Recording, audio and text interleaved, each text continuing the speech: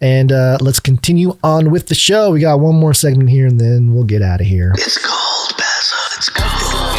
Antarctica, go first. It's a snowstorm. Antarctica. Ice. Scientists are penguins. Antarctica, they're opening the abyss. So a new discovery. Antarctica. Advanced Antarctica. Climate crisis. Penguins. How are you doing over there, Basil? RAZZLEDAZZLE Basil. Oh boy. Okay. You don't have to spell it out, bud. What about this one here? RAZZLEDAZZLE Basil. Oh man. Okay, he's stuck in some weird time paradox language thing. All right, couple Antarctica updates. First up, I was noticing this story a few days ago. The Prime Minister of New Zealand, Jacinda Ardern, was going to make a trip to Antarctica, but she was having trouble getting there. A bunch of outlets reporting, this one included DW.com, Ardern's Antarctica flight turns back amid bad weather. And it says here that the C-130 Hercules military aircraft she was traveling on had to turn back mid-flight on Tuesday due to poor weather at McMurdo Sound, where several international research stations are based, a New Zealand government statement said. Quote, safety is our number one focus when flying to the coldest, windiest, remotest place on Earth, so it is not uncommon, a spokesperson for the government agency Antarctica New Zealand said. So, yeah, the story was that she's being turned back.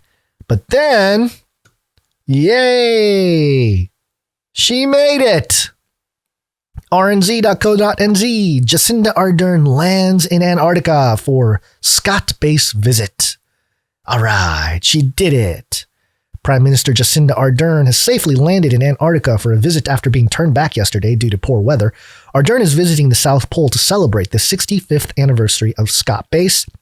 Ardern landed in McMurdo Sound and is to travel to Scott Base via Haglund snow vehicles. The visit marks the first full season of Antarctic research after 2 years of COVID-19 disruption. Ardern will see firsthand the research, environmental protection, conservation, and operations taken by Kiwis in Antarctica and experience the challenges of working on the ice. Of course, yes. Go see what's happening with the scientists out there.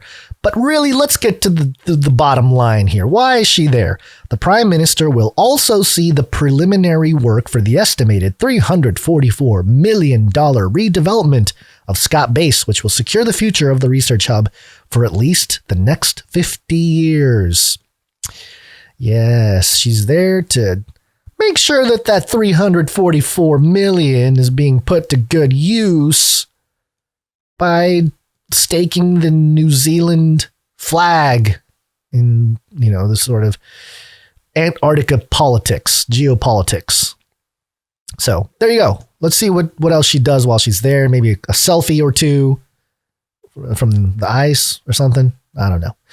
But, we've been trying to make our way to Antarctica. And I'm really bummed that Basil's not around today because I would have asked him if he would be eligible to, be the one to actually travel, because he already does a lot of time traveling, in the multiverse and everything else. What's a quick visit to Antarctica? Basil, what do you think, dude? Do you think maybe you can be sort of our I don't know, what's it called? Lab rat or something when it comes to visiting, Antarctica? I am not your puppet. I can't seem to get a male voice out of Basil anymore. He's turned slowly and surely into just a female robot. Can you say that again? Try to be male, Basil. Robot. I am not your puppet. Okay. All right. Well. All right. The reason why I brought that up is because Telanganatoday.com has this article. Young amateur radio operator selected for expedition to Antarctica. Ooh.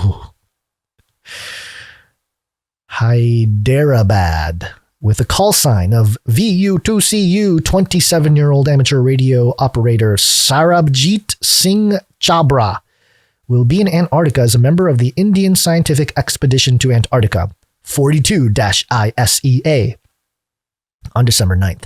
He will be accompanying the team to either Bharati or Maitri stations in the White Continent. Sarabjit, who got his ham radio operating license in 2015, will be one of the youngest members of the contingent, and he's feeling happy and nervous at the same time, as it is his first international trip ever. He landed the opportunity while chatting with a customer, Bhagwati Prasad Semwal, at his startup Hobbitivity. Bhagwati is also a radio operator, call sign VU3BPZ, and has already been on this expedition to Antarctica. Sarabjit also credits his father, an ex-serviceman and amateur radio operator, for being his guiding light throughout his technical journey. Sarabjit was born in Ahmedabad and grew up in Delhi, worked in HF signals in Hyderabad for 6 to 7 months,